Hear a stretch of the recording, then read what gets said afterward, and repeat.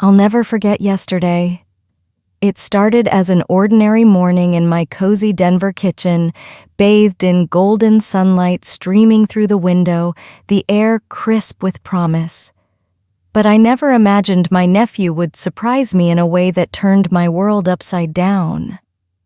I decided to make breakfast that morning, feeling a quiet joy as I moved through the familiar rhythm of cracking eggs and sizzling bacon. Everything seemed perfect. I thought nothing could go wrong on a morning like this. After brushing my teeth, I headed straight to the kitchen to whip up something delicious. The scent of fresh air wafted through the open window, mingling with the savory aroma of breakfast.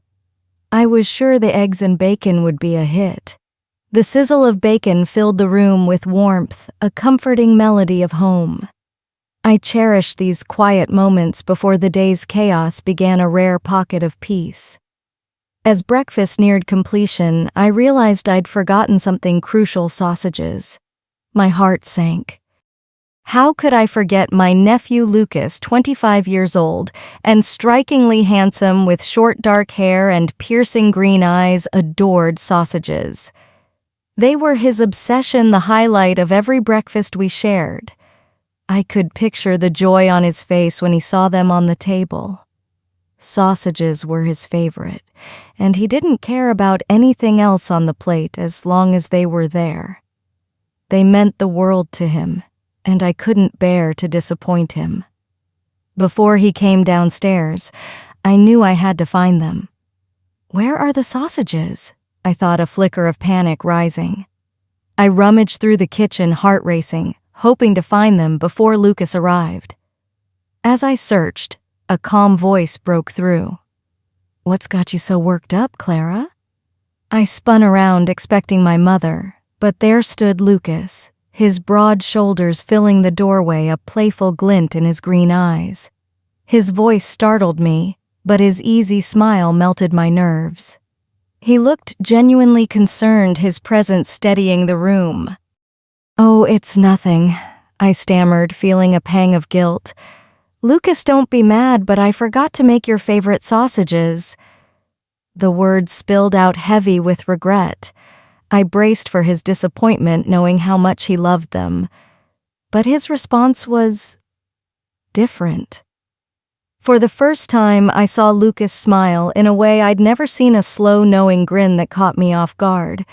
He was usually so serious, his words sparse, but this smile was warm, disarming. "You sure you don't need those sausages?" I asked, still nervous. "Yeah, I love them," he said, his voice calm but teasing. I thought I'd let him down, but his tone was light, almost playful. He stepped closer, too close, and locked eyes with me. "Sausages are great for breakfast," I said, trying to keep things normal, but my heart pounded, a strange heat rising in my chest. Lucas's behavior shifted, unsettling me. The air thickened with something unspoken, charged. He placed his hand on his jeans and said, "Try this sausage." His words hit like a shockwave, confusing and bold. "But we don't have any sausages," I blurted, guilt washing over me. "I forgot to buy them at the store." My words tumbled out, tripping over themselves. He didn't seem fazed. His gaze lingered, intense, like he was seeing something else entirely. "It's okay," he said. But the way he looked at me made my stomach twist. His hand moved toward my jeans, and the room felt heavier, electric. I tried to stay calm, suggesting we eat something else instead. What was he doing? Confusion and nerves swirled inside me. Lucas kept staring, his hand still on his jeans.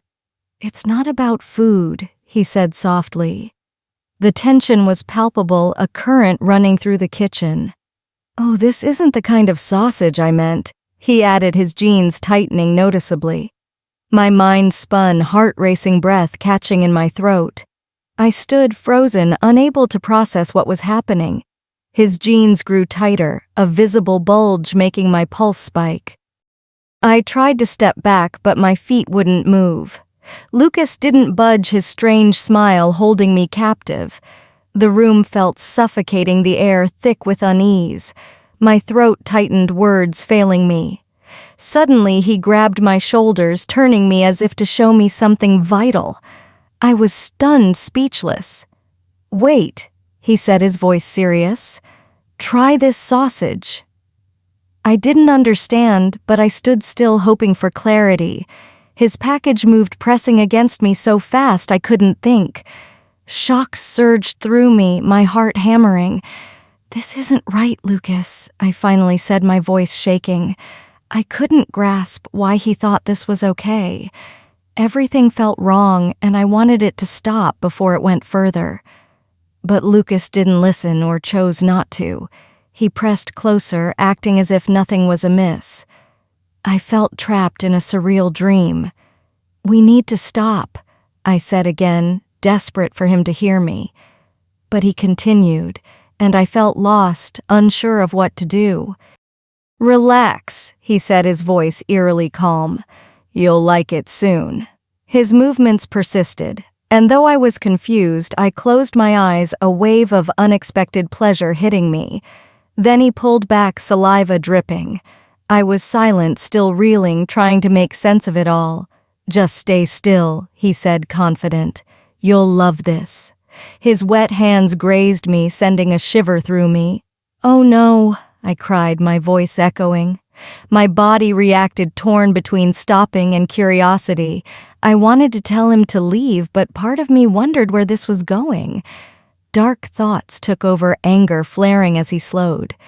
"Don't slow down," I shouted, surprised by my own voice. "I like it." Shame flooded me, but I couldn't deny the thrill. Lucas's eyes widened, shocked by my response. He hadn't expected this, but my words fueled him. As he moved again, a rush of exhilaration surged through me. I wanted more despite the guilt. Saying what I wanted felt freeing, strange. Lucas smiled, sensing my shift. "Feeling good?" he asked, his voice warm. His words intensified the moment, warmth spreading through me. "Want something even better?" he said, lifting me gently, pressing closer before I could respond. It felt like an unplanned adventure, thrilling and new. His touch made me feel special, alive, cared for in a way I hadn't imagined. I pictured myself in his arms, safe, warm, happy. I barely moved, but I felt part of something beautiful. Lucas's attention made me feel significant, and I didn't want it to end. It was exciting, different, and I wished it could last forever. When he paused, sadness hit me. I wondered why he stopped, hoping he'd continue. Then he spoke, his words catching my attention. "This is the sausage I meant," he said, revealing a red-wrapped object. I blinked, stunned, trying to understand. It seemed odd, but his words sparked my imagination, making me wonder if this was a playful game to spice up our time. I was curious, eager for what came next. Without hesitation, he shoved the red package into my mouth. Shock hit me, the size overwhelmed, nearly knocking me back. It moved as if alive, wriggling wildly. My heart pounded, fear and excitement colliding. I couldn't react, my mind racing. The package thrashed, powerful, chaotic. I held my breath, terrified it wouldn't fit, but I couldn't deny the thrill of something so new. Lucas jumped with excitement, shouting, "It's here, it's here!" His eyes closed, bracing for a surprise. My heart raced faster, torn between anticipation and nerves. Then my mouth reacted, spewing a sweet white liquid onto the floor, forming glistening pools. I'd never tasted anything like it and craved more. It was unbelievable, strange, yet thrilling. I was sad when it ended, but glad I'd experienced it. Lucas looked relieved, like a weight had lifted. He didn't leave me alone for long, helping clean the mess we'd made. As we wiped the liquid, I felt shock, joy, and confusion swirl within me. When we finished, Lucas stepped closer, his smile genuine. "Call me if you want sausages again," he said. I blinked, stunned, then laughed at his seriousness. After our wild morning, I felt a bond with him I hadn't expected. As he left, I stood in the kitchen dazed. I hadn't even eaten breakfast. A day that started so ordinary had turned chaotic, unpredictable. But I knew Lucas and I had shared something special. I smiled, thinking of how much fun we'd had, eager to see what came next.